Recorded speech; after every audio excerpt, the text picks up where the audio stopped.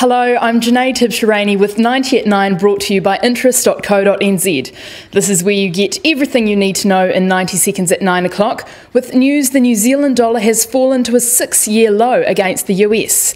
But first, a mixture of data has come out of the US overnight, sparking debate around Federal Reserve interest rate hikes later this year.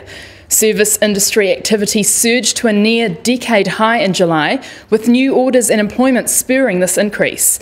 A Commerce Department report shows imports rose in June as the US's trade deficit grew by 7%, which is more than expected. An acceleration in domestic demand and a strong dollar sucked in imports of food and cars, while exports dropped for the second month in a row.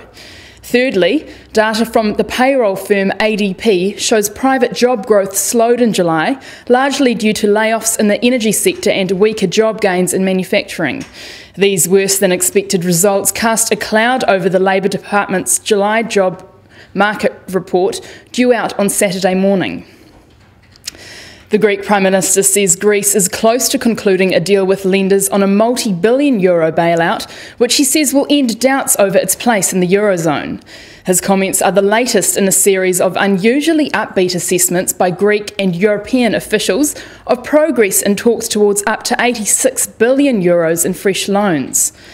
Across the ditch, the market is expecting July unemployment figures to inch up slightly from 6% to 6.1%.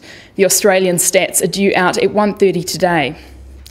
In New York, the US Treasury 10-year benchmark has bounced back up to 2.28%.